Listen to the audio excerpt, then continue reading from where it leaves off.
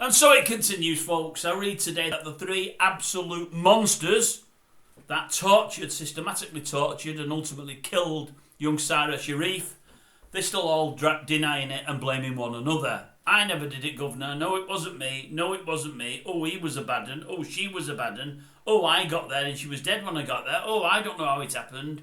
Absolute cock and bull. This is the young girl. Was she 10, I think she was. 71 injuries about her body.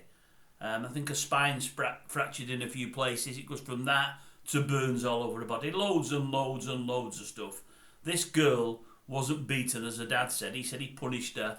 He was allowed to. He said his religion allowed him to. He punished her because she pushed him that far, but he never meant to kill her. And they said there's torture wounds there from 4, 5, 6 months previous. This girl has had a horrible, horrible, horrible life at the hands of God knows which of them, or maybe all of them. We just don't know because they're all blaming one another.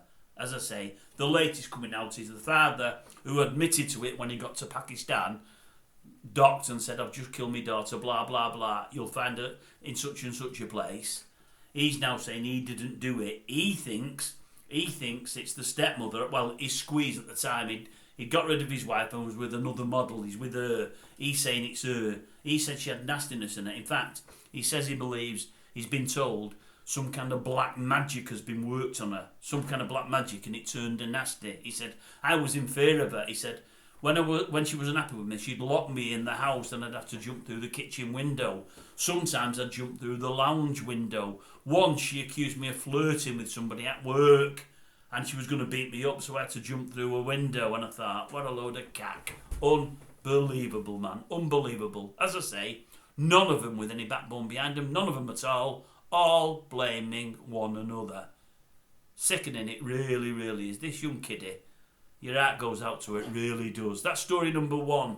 Story number 2, it's horrific, probably not as horrific, but it still ends in death.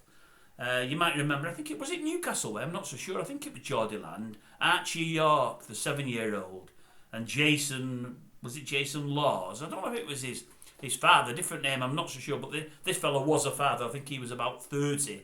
They're the 2 people that were killed in the explosion a few months ago now. I think it was a terraced house there, if memory serves. It may have been a semi, what does it matter?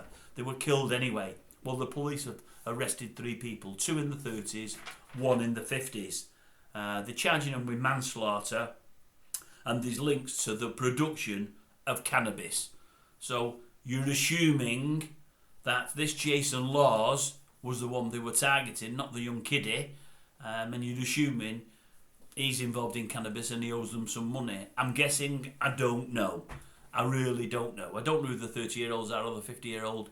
No names have come to fruition yet. We've not heard anything. The police obviously know, but they're not letting it out there. But it's all linked to cannabis production. And they've killed a young kiddie, eh? Just scumbags, aren't they, really? Absolute scumbags.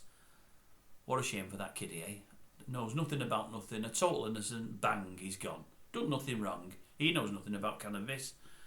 I don't know. It's a bad world, folks. It's a bad world out there. There's no doubt about it. And there's some awful people inhibiting it. And that's the truth. Anyway, I'll leave that with you. No good news there, I am sorry. But I can only report what's out there. And we need to know these stories. We all need to know what's happening out there.